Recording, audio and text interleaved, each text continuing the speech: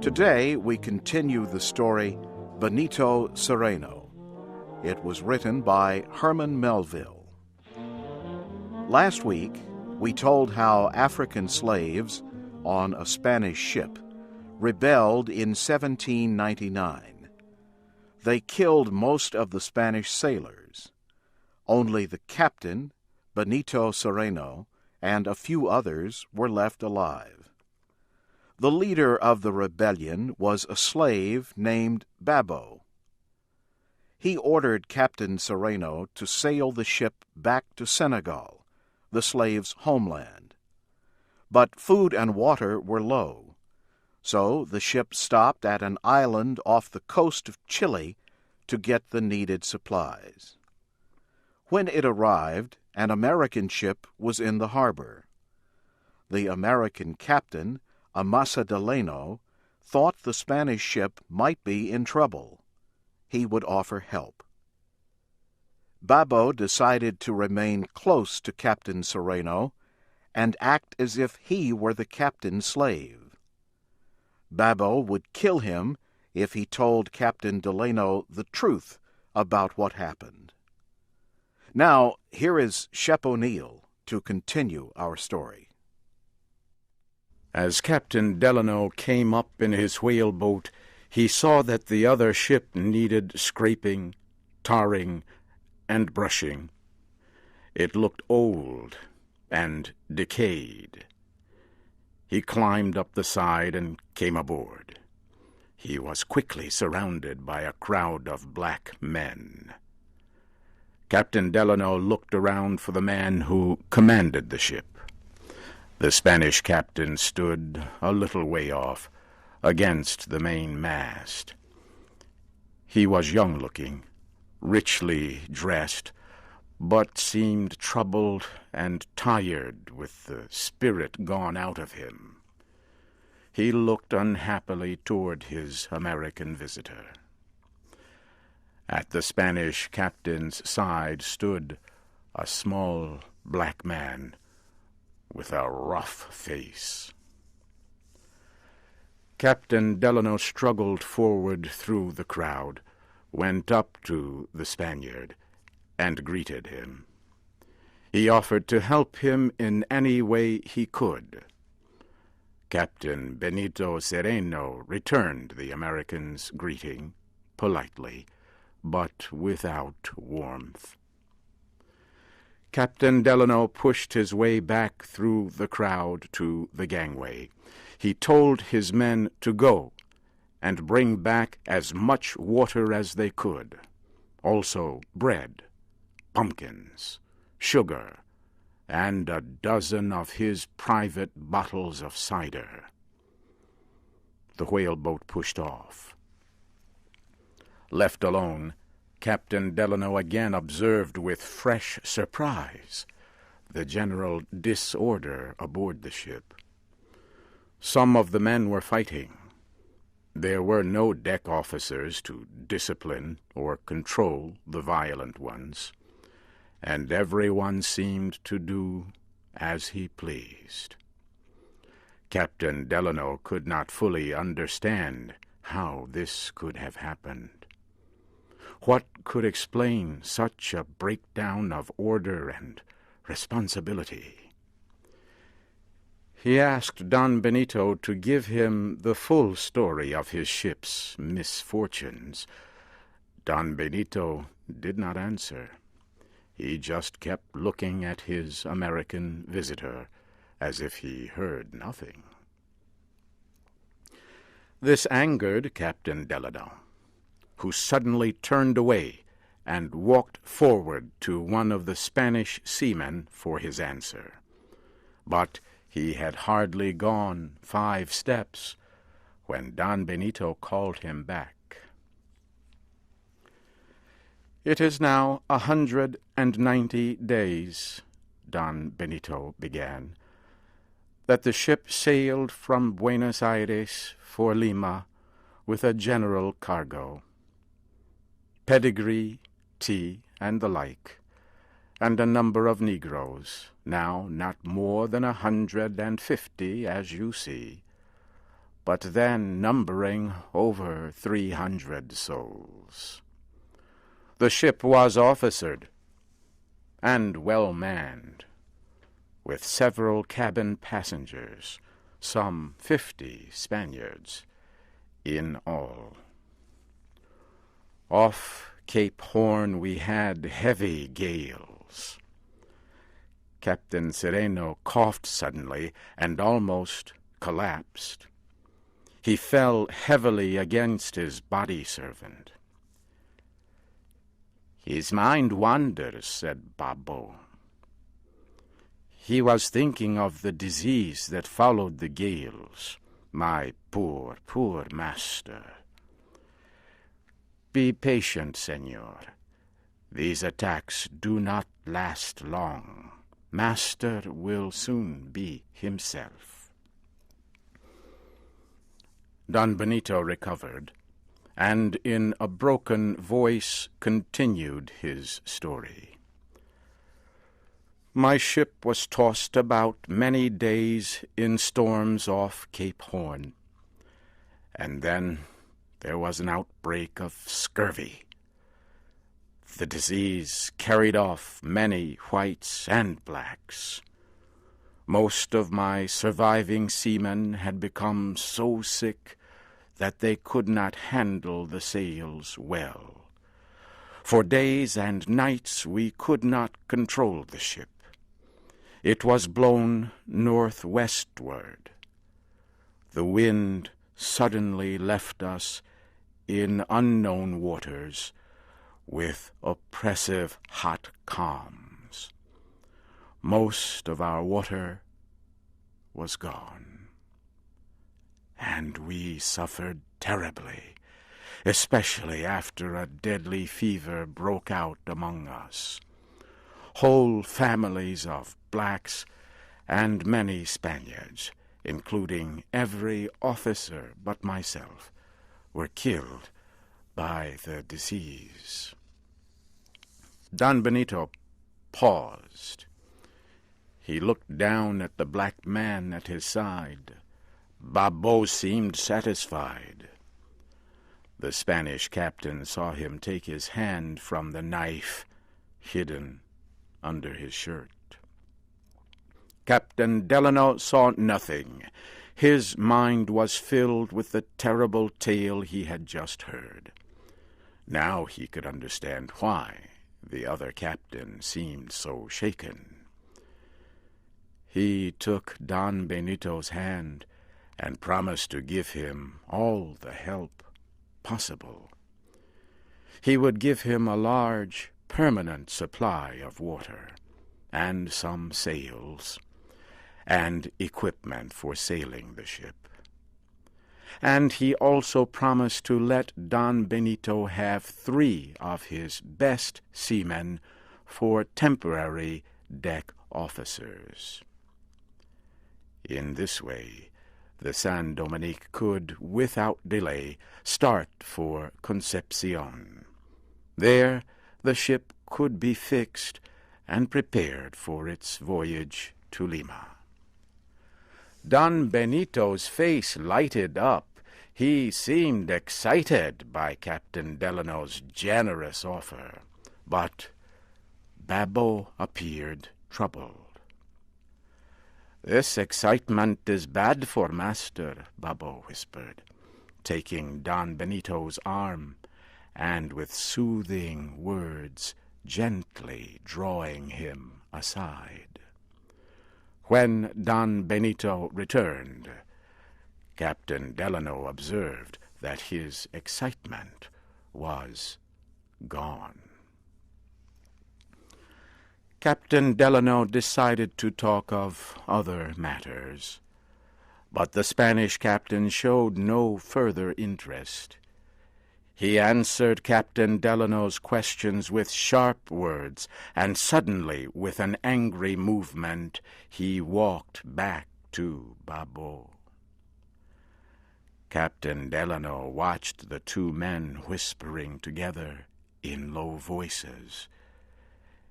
It made an ugly picture. which Captain Delano found so extremely unpleasant that he turned his face to the other side of the ship. Their actions made Delano suspicious of Captain Sereno. He began to wonder about him, his behavior, his coughing attacks, his weakness, his empty, wild looks. Was he really half mad, or a faker playing a part? One moment Captain Delano had the worst suspicions of Don Benito, but the next he felt guilty and ashamed of himself for having such doubts about the man. Presently Don Benito moved back toward his guest, still supported by his servant. His pale face twitched. He seemed more nervous than usual, and there was a strange tone in his husky whisper as he spoke. "May I ask how many men you have on board, Senor?" Captain Delano became uneasy, but answered, "About 25 all total." "And at present, Senor, all on board?" "All on board," Captain Delano answered. "And will be tonight, Senor?" At this last question, Captain Delano looked very seriously at Don Benito, who could not return the look, but dropped his eyes to the deck. Captain Delano could think of only one reason for such a question. But no, it was foolish to think that these weak and starving men could have any idea of seizing his ship. But still he remained silent. "And will they be aboard tonight?" Again the question from Don Benito. Captain Delano decided to answer truthfully. Some of his men had talked of going off on a fishing party about midnight, and he told Don Benito this. As he answered, Captain Delano again looked straight at Don Benito, but the Spanish captain refused to meet his eyes. Then, as before, he suddenly withdrew with his servant, and again the two men began whispering to each other in low voices. Captain Delano tried to push the worry from his mind, but what were those two strange men discussing? That will be our story next week.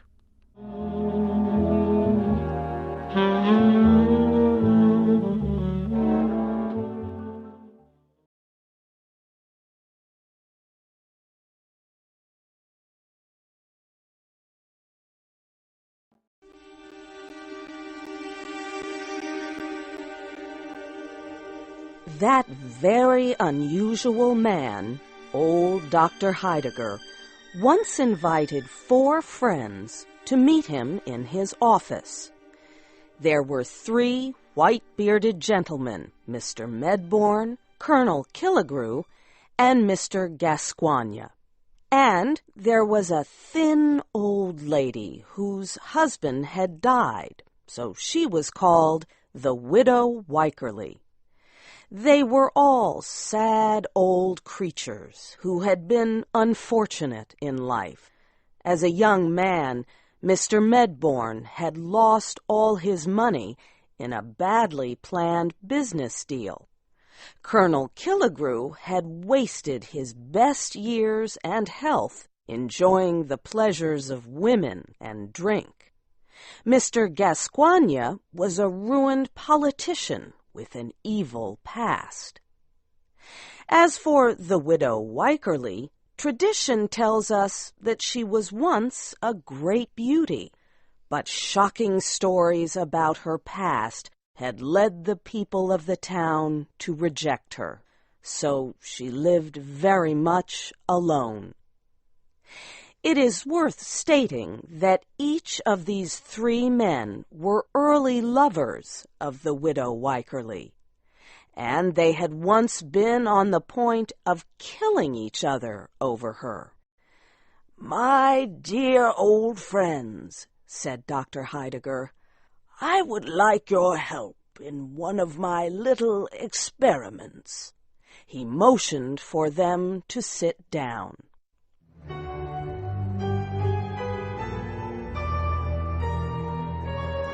Dr. Heidegger's office was a very strange place.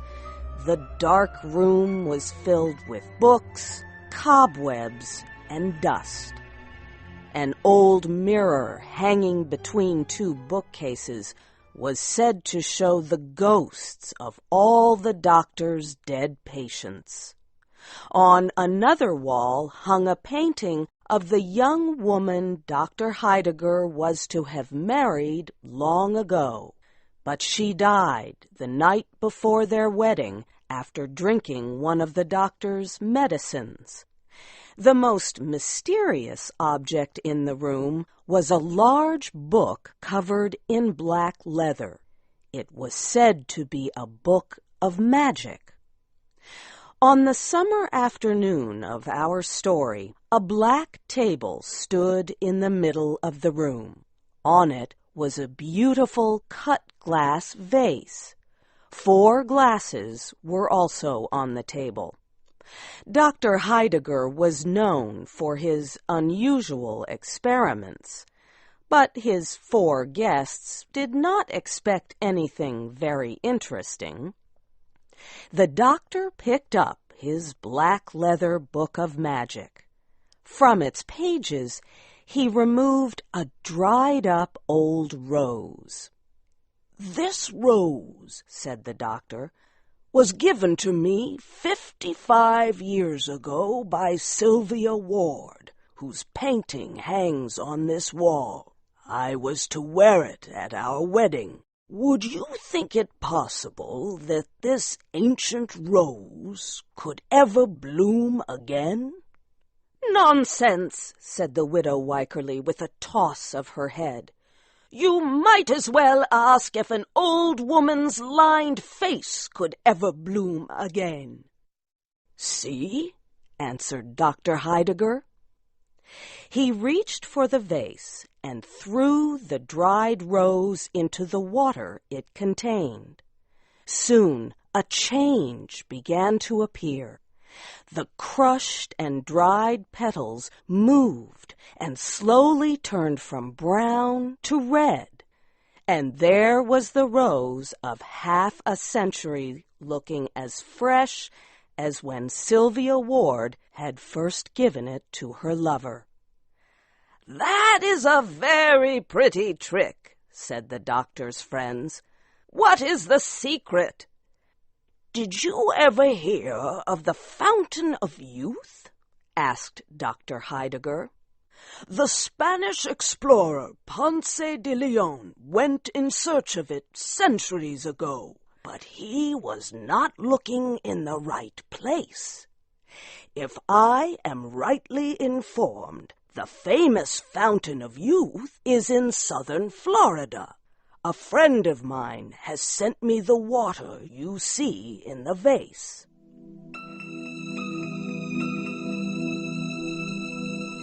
The doctor filled the 4 glasses with water from the Fountain of Youth. The liquid produced little bubbles that rose up to the silvery surface. The old guests agreed to drink the water, although they did not believe in its power. "Before you drink, my friends," the doctor said, "you should draw up a few general rules as guidance before you pass a second time through the dangers of youth. You have had a lifetime of experience to direct you. Think what a shame it would be if the wisdom of your experiences did not act as a guide and teacher." The doctor's 4 friends answered him with a laugh.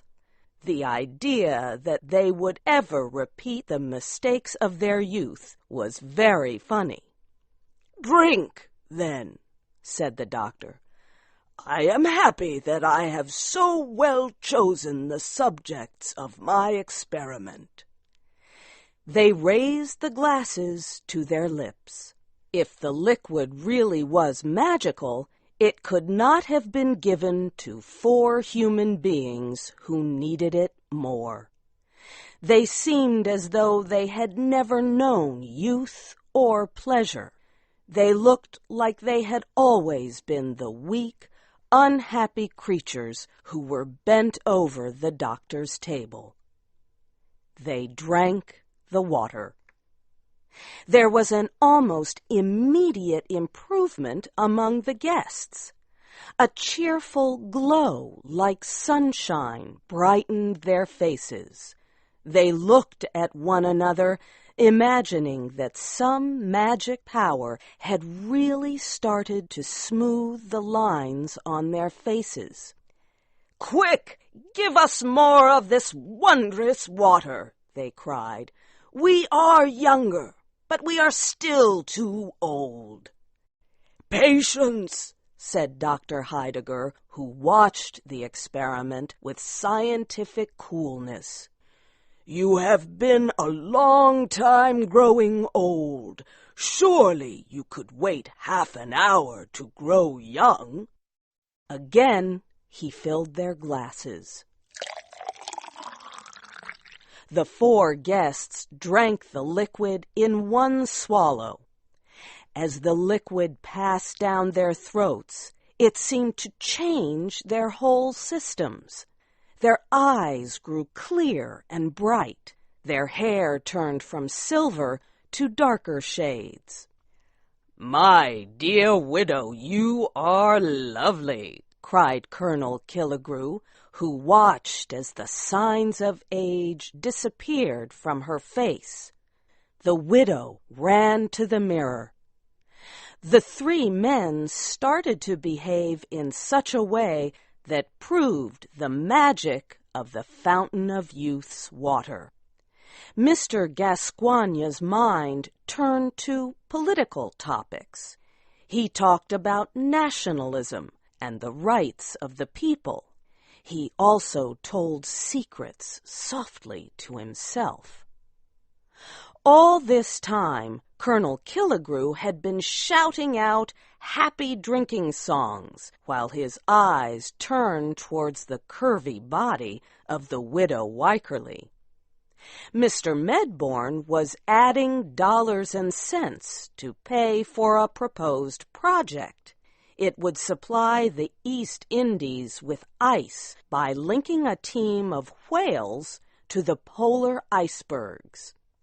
As for the widow Wycherly, she stood in front of the mirror, greeting her image as a friend she loved better than anything in the world. "My dear old doctor," she cried, "please give me another glass." The doctor had already filled the glasses again.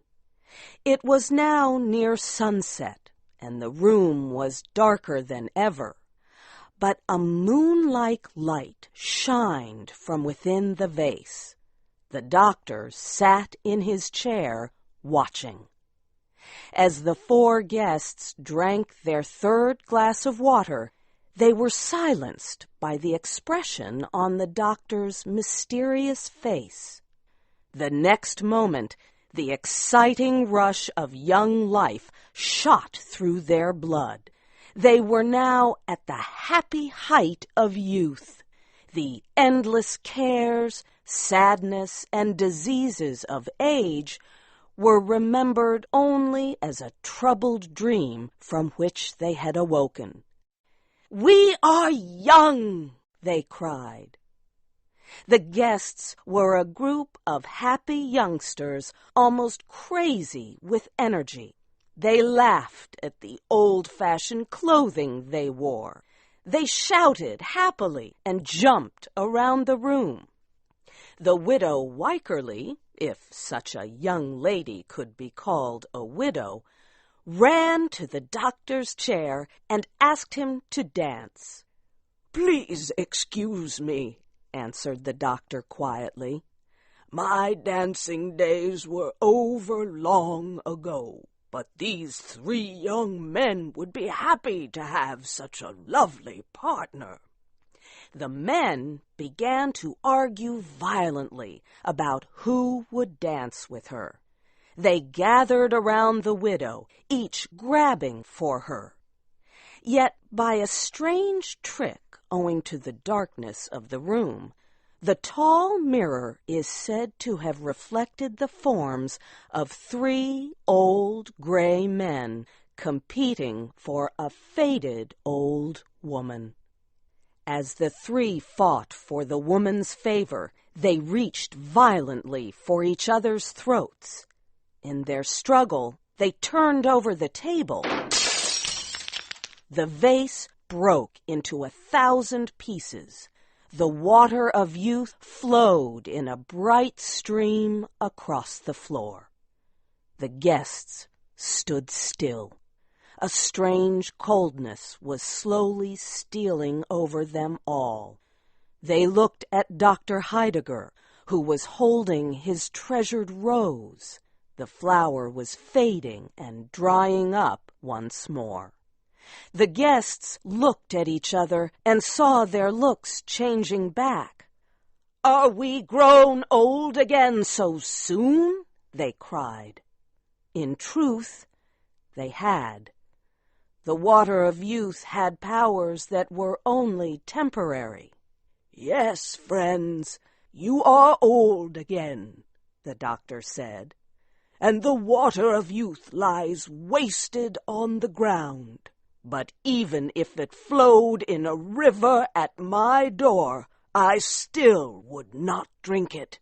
This is the lesson you have taught me." But the doctor's 4 friends had learned no such lesson. They decided at that moment to travel to Florida and drink morning, noon, and night from the fountain of youth.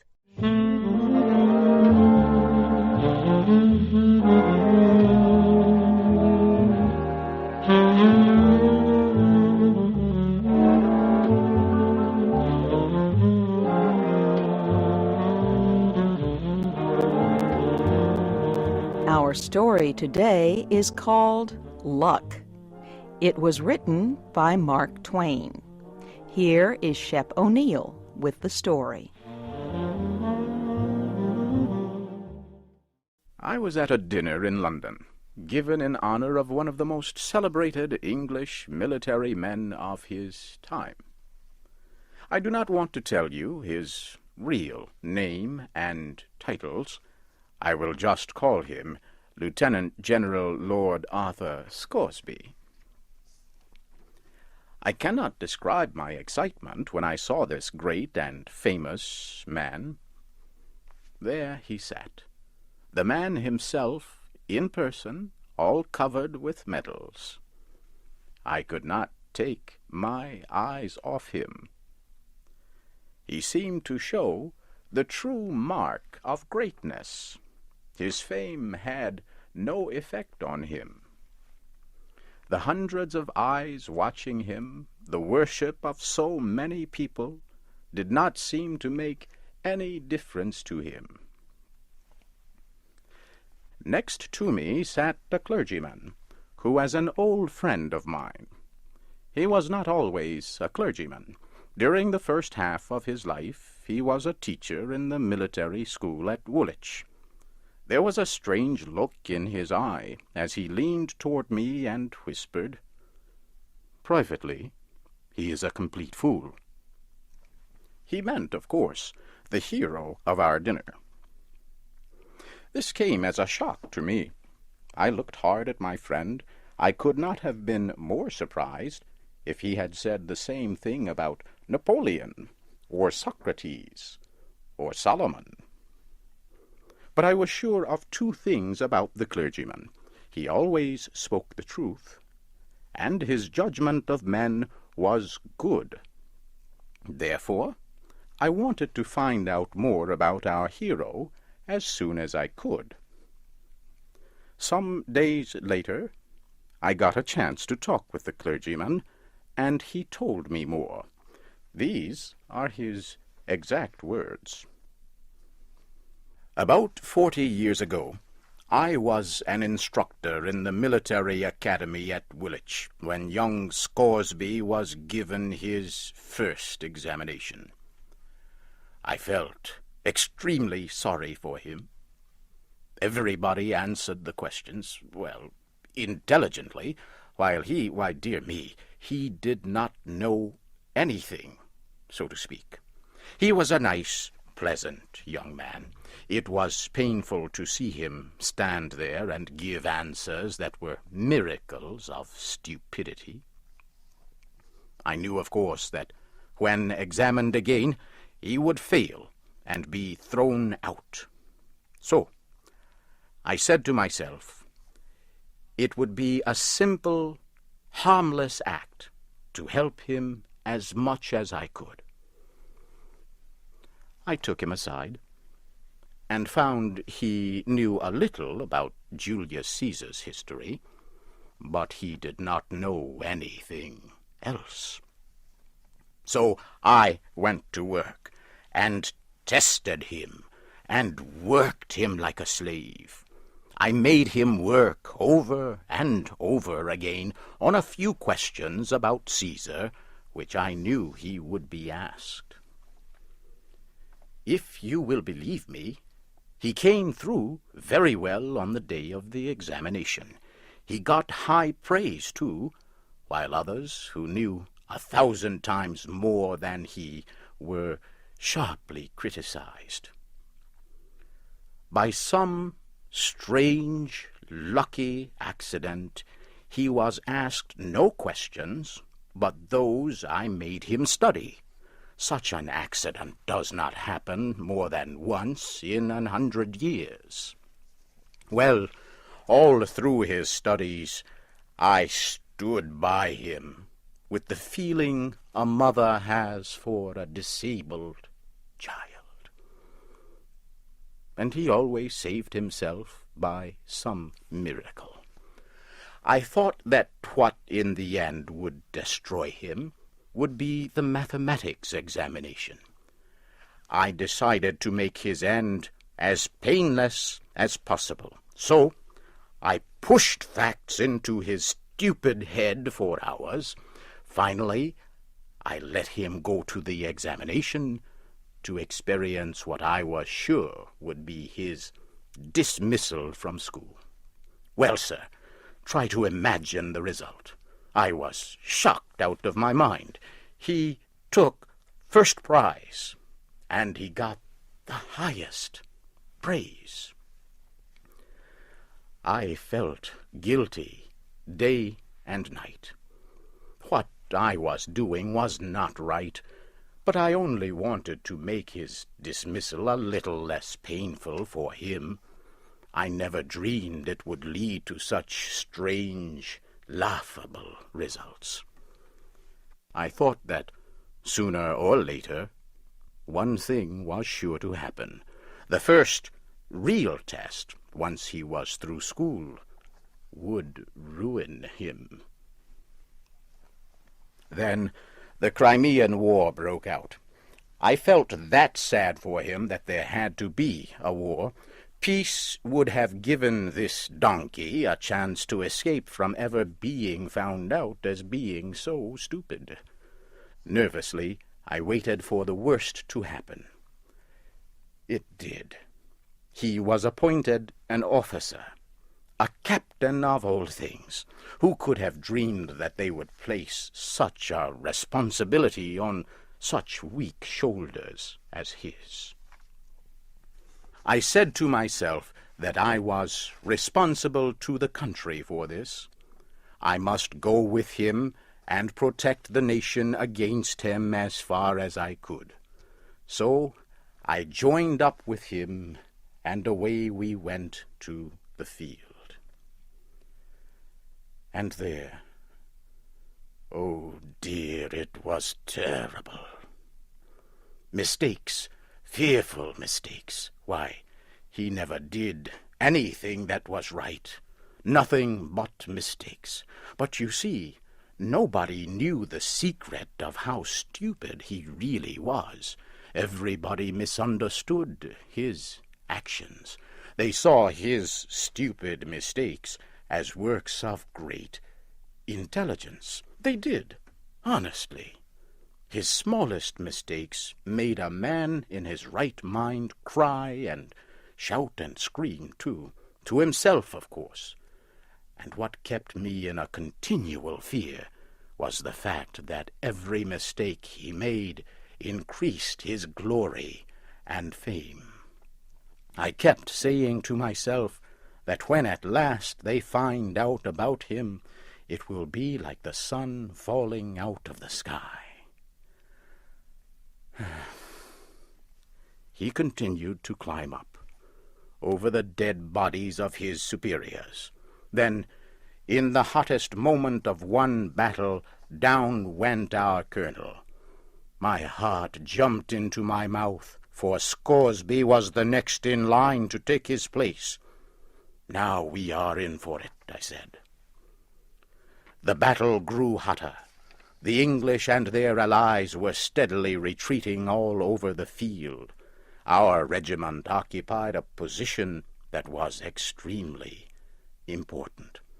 One mistake now would bring total disaster. And what did Scoresby do this time? He just mistook his left hand for his right hand. That was all. An order came for him to fall back and support our right. Instead, he moved forward and went over the hill to the left. We were over the hill before this insane movement could be discovered and stopped. And what did we find? A large and unsuspected Russian army waiting. And what happened? Were we all killed? That is exactly what would have happened in 99 cases out of 100. But no, those surprised Russians thought that no one regiment by itself would come around there at such a time. It must be the whole British army, they thought. They turned tail. Away they went over the hill and down into the field in wild disorder, and we after them. In no time there was the greatest turnaround you ever saw. The Allies turned defeat into a sweeping and shining victory. The Allied commander looked on, his head spinning with wonder, surprise, and joy. He sent right off for Scoresby and put his arms around him and hugged him on the field in front of all the armies. Scoresby became famous that day as a great military leader, honored throughout the world. That honor will never disappear while history books last. He is just as nice and pleasant as ever, but he still does not know enough to come in out of the rain. He is the stupidest man in the universe. Until now, nobody knew it but Scoresby and myself. He has been followed day by day, year by year, by a strange luck. He has been a shining soldier in all our wars for years. He has filled his whole military life with mistakes, every one of them brought him another honorary title. Look at his chest, flooded with British and foreign medals. Well, sir, every one of them is the record of some great stupidity or other. They are proof that the best thing that can happen to a man is to be born lucky. I say again, as I did at the dinner, Scoresby's a complete fool.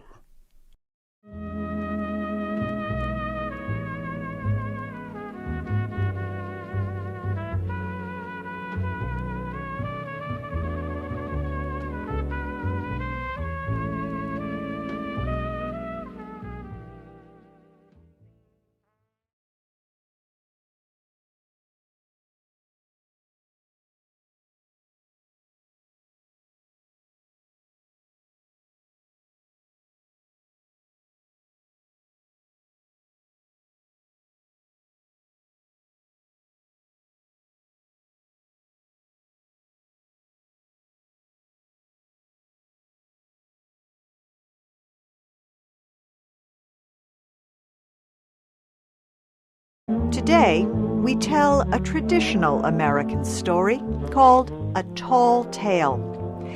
A tall tale is a story about a person who is larger than life. The descriptions in the story are exaggerated, much greater than in real life.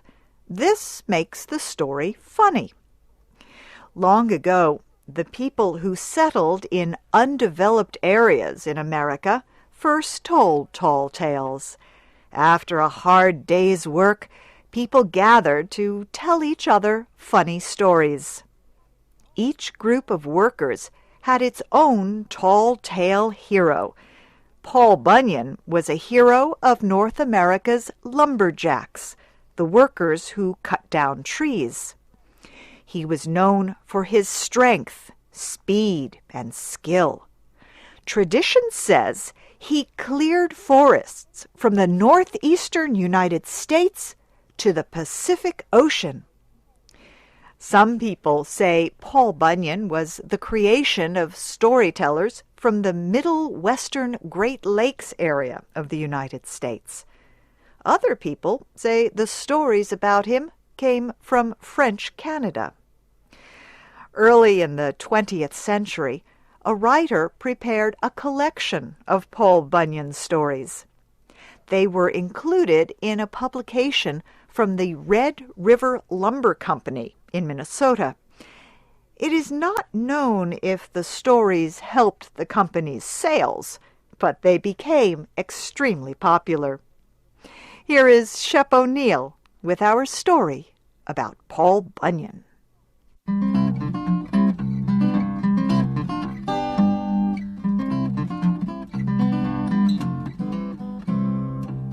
Many years ago, Paul Bunyan was born in the northeastern American state of Maine. His mother and father were shocked when they first saw the boy. Paul was so large at birth that 5 large birds had to carry him to his parents. When the boy was only a few weeks old, he weighed more than 45 kilograms. As a child, Paul was always hungry. His parents needed 10 cows to supply milk for his meals. Before long, he ate 50 eggs and 10 containers of potatoes every day. Young Paul grew so big that his parents did not know what to do with him. Once, Paul rolled over so much in his sleep that he caused an earthquake. This angered people in the town where his parents lived, so the government told his mother and father they would have to move him somewhere else. Paul's father built a wooden cradle, a traditional bed for a baby. His parents put the cradle in waters along the coast of Maine. However, every time Paul rolled over, huge waves covered all the coastal towns. So his parents brought their son back on land. They took him into the woods. This is where he grew up. As a boy, Paul helped his father cut down trees. Paul had the strength of many men. He also was extremely fast. He could turn off a light and then jump into his bed before the room got dark. Maine is very cold for much of the year. One day, it started to snow. The snow covered Paul's home and a nearby forest. However, this snow was very unusual. It was blue. The blue snow kept falling until the forest was covered. Paul put on his snowshoes and went out to see the unusual sight. As he walked, Paul discovered an animal stuck in the snow. It was a baby ox. Paul decided to take the ox home with him. He put the animal near the fireplace. After the ox got warmer, his hair remained blue. Paul decided to keep the blue ox and named him Babe. Babe grew very quickly. One night, Paul left him in a small building with the other animals. The next morning, the barn was gone, and so was Babe. Paul searched everywhere for the animal. He found Babe calmly eating grass in a valley, with the barn still on top of his back. Babe followed Paul and grew larger every day. Every time Paul looked, Babe seemed to grow taller. In those days, much of North America was filled with thick green forests. Paul Bunyan could clear large wooded areas with a single stroke of his large, sharp axe. Paul taught Babe to help with his work. Babe was very useful. For example, Paul had trouble removing trees along a road that was not straight. He decided to tie one end of the road to what remained of a tree in the ground. Paul tied the other end to Babe. Babe dug his feet in the ground and pulled with all his strength until the road became straight.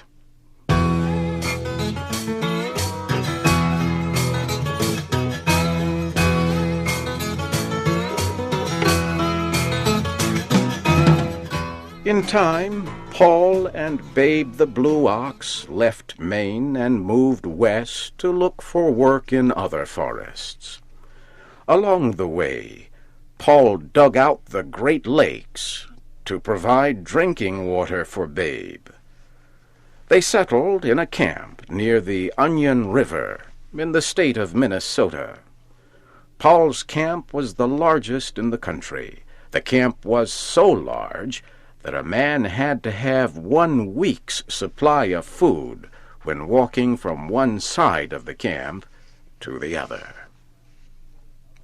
Paul decided to get other lumberjacks to help with the work.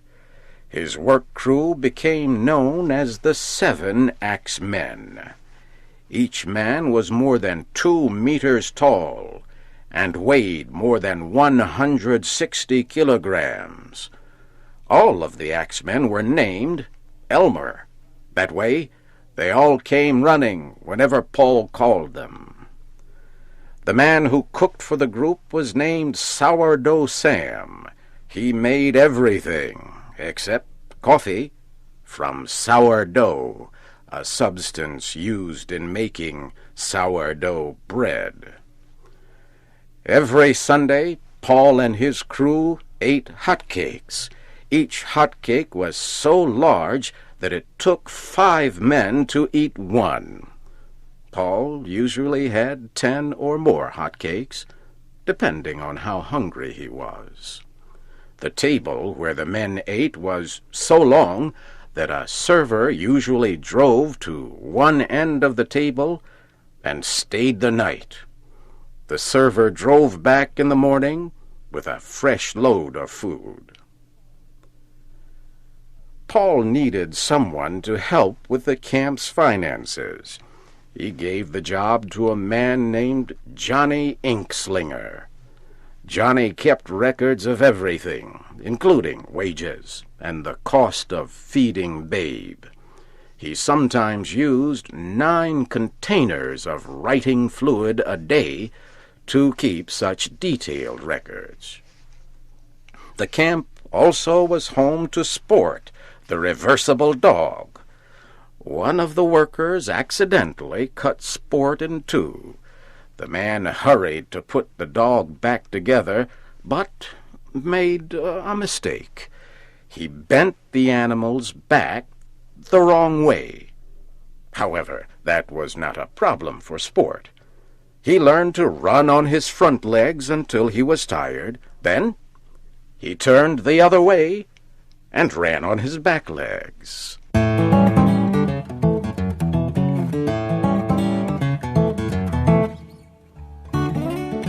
Big mosquitoes were a problem at the camp. The men attacked the insects with their axes and long sticks. Before long, the men put barriers around their living space. Then Paul ordered them to get big bees to destroy the mosquitoes. But the bees married the mosquitoes, and the problem got worse. They began to produce young insects. One day, the insects' love of sweets caused them to attack a ship that was bringing sugar to the camp. At last, the mosquitoes and bees were defeated. They ate so much sugar, they could not move. Paul always gave Babe the blue ox a 35-kilogram piece of sugar when he was good, but sometimes Babe liked to play tricks. At night, Babe would make noises and hit the ground with his feet. The men at the camp would run out of the buildings where they slept, thinking it was an earthquake. When winter came, Babe had trouble finding enough food to eat. Snow covered everything. Ole, the blacksmith, solved the problem.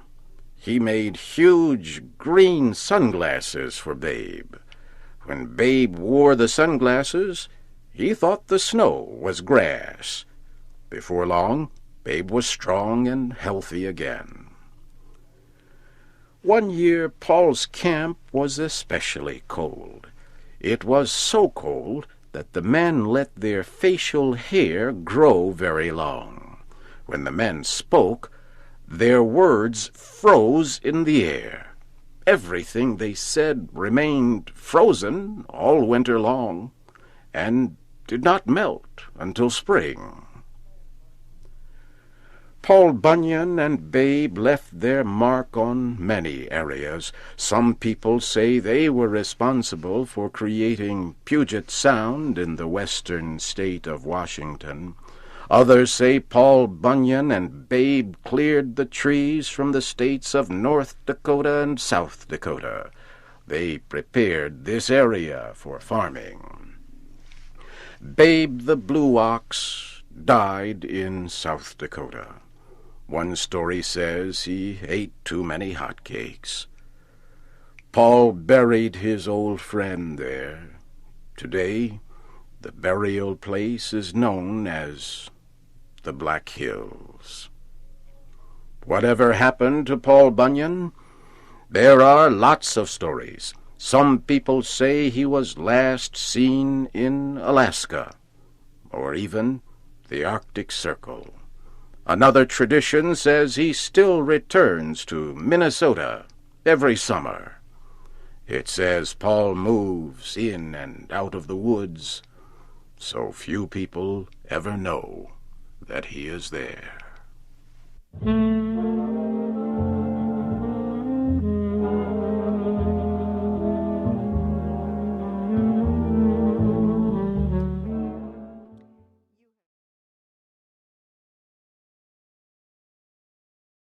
Our story today is called Paul's Case.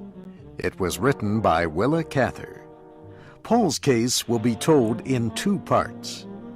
Here is Kay Gallant with part 1 of the story. Paul hated school. He did not do his homework. He did not like his teachers. Paul's father did not know what to do with him. His teachers did not know either. One afternoon, all his teachers at Pittsburgh High School met together with him to discuss his case. Paul was late. When he entered the room, his teachers sat waiting for him. He was tall for his age and very thin. His clothes were too small for him, but they were clean. He had a bright red flower in the buttonhole of his black jacket. One of the teachers asked Paul why he had come to the meeting. Paul said politely that he wanted to do better in school. This was a lie. Paul often lied. His teachers began to speak. They had many complaints. One said Paul talked to the other students instead of paying attention to the lessons. Another said Paul always sat in class with his hands covering his eyes. A third teacher said Paul looked out the window instead of looking at her. His teachers attacked him without mercy. Paul's eyebrows moved up and down as his teacher spoke. His smile never left his face, but his fingers shook as he touched the flower on his coat. At last the meeting was over. Paul's smile got even wider. He bowed gracefully and left the room. His teachers were angry and confused. The art teacher spoke for all of them when he said there was something about Paul that he didn't understand. "I don't think he really means to be bad," he said. "There's just something wrong with that boy." Then the art teacher remembered one warm afternoon when Paul had fallen asleep in his class. Paul's face was white with thin blue veins under the skin. The boy's face looked tired and lined, like an old man's. His eyebrows moved up and down, even in his sleep. After he left the meeting, Paul ran down the hill from the school, whistling. He was late for his job at the concert hall. Paul was an usher there. He showed people to their seats. He carried messages for them. He brought them their programs with a polite bow. Everyone thought he was a charming boy and the best usher at the hall. When Paul reached the concert hall that evening, he went immediately to the dressing room. About 6 boys were already there. Paul began changing his clothes with excited hands. He loved his green uniform with the gold pockets and design. Paul rushed into the concert hall as soon as he had changed clothes. He ran up and down the hall, helping people. He became more and more excited. His face became pink, and his eyes seemed larger and very bright. He looked almost handsome. At last, everyone was seated. The orchestra began to play, and Paul sat down with a sigh of relief. The music seemed to free something in Paul's spirit. Then a woman came out and began to sing. She had a rich, strong soprano voice. Paul felt truly happy for the first time that day. At the end of the concert, Paul went back to the dressing room. After he had changed his clothes again, he went outside the concert hall. He decided to wait for the singer to come out. While he waited, he looked across the street to the large hotel called the Schenley. All the important people stayed at the Schenley when they visited Pittsburgh. Paul had never been inside it, but he used to stand near the hotel's wide glass doors. He liked to watch the people enter and leave. He believed if he could only enter this kind of a hotel, he would be able to leave school, his teachers, and his ordinary gray life behind him forever. At last, the singer came out of the concert hall. Paul followed her as she walked to the hotel.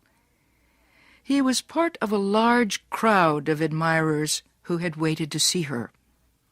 When they all reached the hotel, she turned and waved. Then the doors opened, and she disappeared inside. Paul stared into the hotel as the doors slowly closed. He could feel the warm, sweet air inside, and for a moment he felt part of a golden world of sparkling lights and marble floors. He thought about the mysterious dishes of food being served in the hotel's dining room. He thought about green bottles of wine growing cold in silver buckets of ice. He turned away from the hotel and walked home.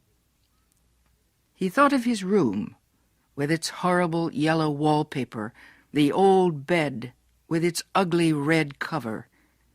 He shook his head. Soon he was walking down the street where he lived. All the houses on Cordelia Street were exactly alike. Middle-class businessmen had bought them for their families. All their children went to school and to church. They loved arithmetic. As Paul walked toward his house, he felt as if he were drowning in ugliness.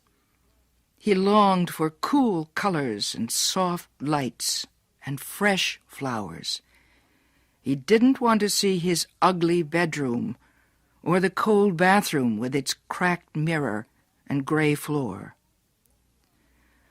Paul went around to the back of his father's house.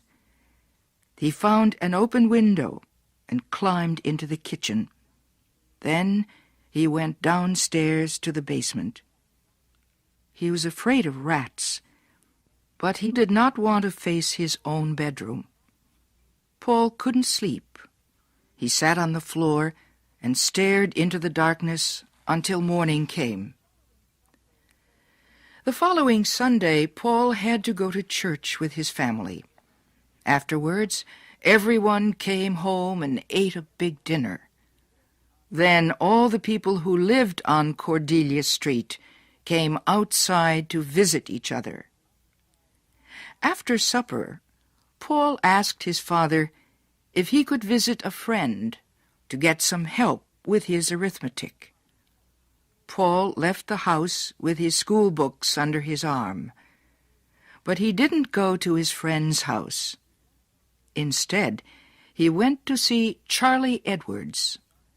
Charlie was a young actor. Paul liked to spend as much time as he could at the theater, where Charlie Edwards and his group acted in their plays. It was only at the theater and the concert hall that Paul felt really alive. The moment he smelled the air of these places, he felt like a prisoner suddenly set free. As soon as he heard the concert hall orchestra play, he forgot all the ugly, unpleasant events in his own life. Paul had discovered that any kind of music awakened his imagination. Paul didn't want to become a musician, however. He didn't want to become an actor either. He only wanted to be near people who were actors and musicians.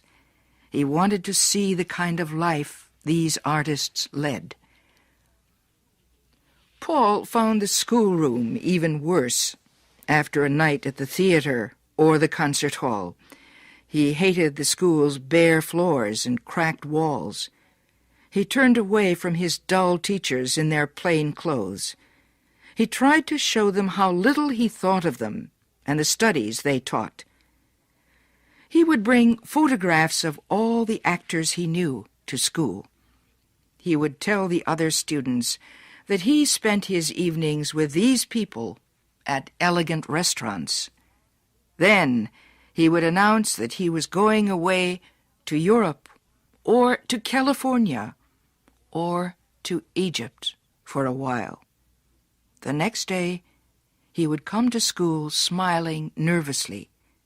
His sister was ill, he would say, but he was still planning to make his trip next spring. Paul's problems at school became worse. Even after the meeting with his teachers, things did not get better. He told them he had no time to study grammar and arithmetic. He told them he had to help the actors in the theater.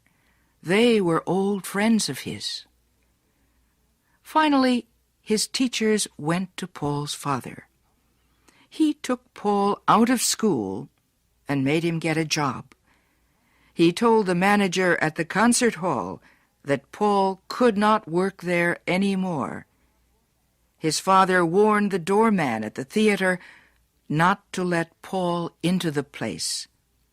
And Charlie Edwards promised Paul's father not to see Paul again.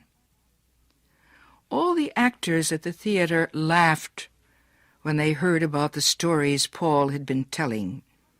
The women thought it was funny that Paul had told people he took them out to nice restaurants and sent them flowers. They agreed with the teachers and with his father that Paul's was a bad case.